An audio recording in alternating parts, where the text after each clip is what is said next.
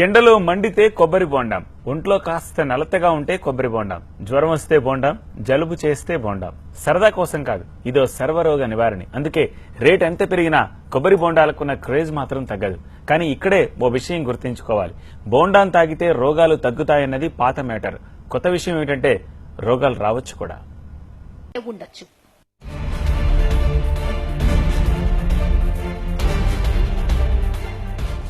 దాన్ని గుర్తించడం అసాధ్యం. అవును, కొబ్బరి బొండంలో ఉన్న డేంజరస్ కెమికల్స్ ను గుర్తించడం అసాధ్యం. ఎందుకంటే దీన్ని కలిపేది బోండం విక్రయిస్తున్న వ్యాపారి కాదు, ట్రాన్స్పోర్ట్ చేస్తున్న లారీల వాళ్లు కాదు. చెప్పాలంటే పుట్టుకతోనే కల్తీ బోండం మార్కెట్లోకి వస్తోంది.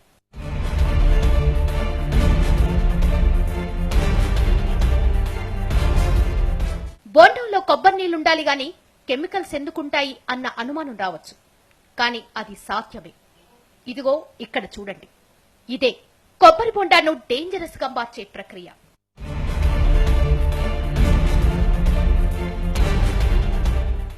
ముందుగా కొబ్బరి చెట్టుకు పాదు ప్రాంతంలో తవ్వుతారు. తల్లివేరు ఎక్కడుందో వెతికి పట్టుకుంటారు. ఆ తర్వాత ఓ కవర్లో ఈ లిక్విడ్ పోస్తారు.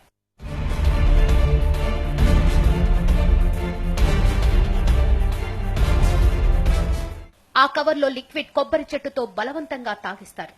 ఇదిగో ఇలా.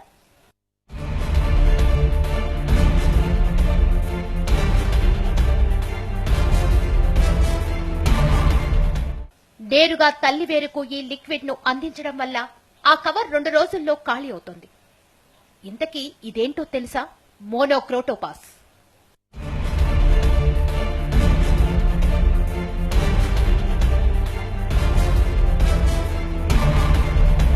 చీడ, పిందె రాలిపోవడం వంటి సమస్యల నుంచి బయటపడటానికి ఈ పద్ధతిని అనుసరిస్తామంటున్నారు రైతులు.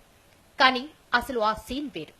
ఇలా మోనోక్రోటోపాస్ ను చెట్టుకు సమృద్ధిగా అందించడం వల్ల చిన్న పిందె కూడా 10 రోజుల్లో బోండంగా మారి కోతకు సిద్ధమవుతోంది. అంటే పిందె రావడం వరకే చెట్టు ఇష్టం.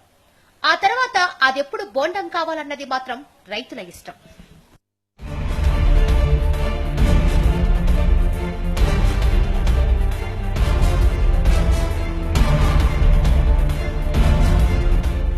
కూరగాయలతో సహా అన్ని పంటలకు వాడుతున్న రసాయన సేద్యం ఇప్పుడు కొబ్బరి చెట్లలోనూ పెరిగిపోయింది. అది కూడా నేరుగా చెట్టుతో తాగించెట్లుగా మారిపోయింది. వాస్తవానికి చెట్టుకు ఇలా పెస్టిసైడ్స్ పట్టిన తర్వాత 40 రోజుల వరకు కాయలు కోయకూడదు. ఎందుకంటే ఈలోపు వాటిల్లో ఉన్న విషం పాళ్లు అంతరించిపోతుంది. కానీ ఆదాయం కోసం రైతులు దాన్ని 10 రోజుల్లో కోసేసి మార్కెట్లోకి వదులుతున్నారు.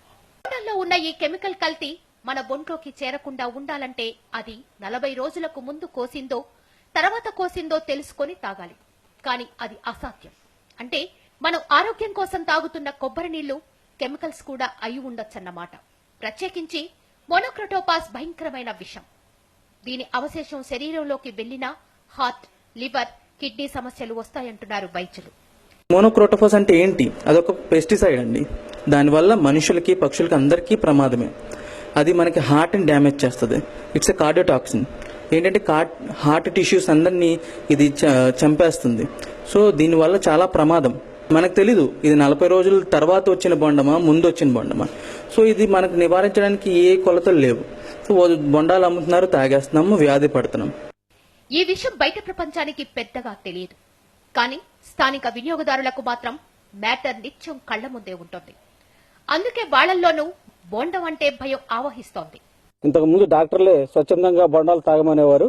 దాన్ని ప్రేరేపించుకుని చాలా మంది పేషెంట్లు బొండాలని సేవించి స్వచ్ఛమైనటువంటి బొండాన్ని కూడా ఈ రోజు విషపూరితమైనటువంటి విష పదార్థంగా స్లో పాయిజన్ గా తయారైంది.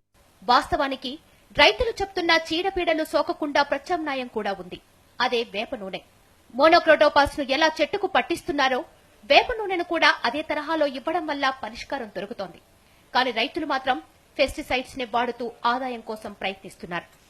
తల్లివేరుకి మరి పెస్టిసైడ్ అనగా మోనోక్రోటోపాస్ ఇది వాడటం వల్ల మరి కొబ్బరి బొండాలు అనేవి కూడా మరి రసాయనాలతో నిండి వాటిని తాగటం వల్ల మరి మనిషి యొక్క ఆరోగ్యం చెడుతుందని సందర్భంగా తెలియజేస్తున్నాం.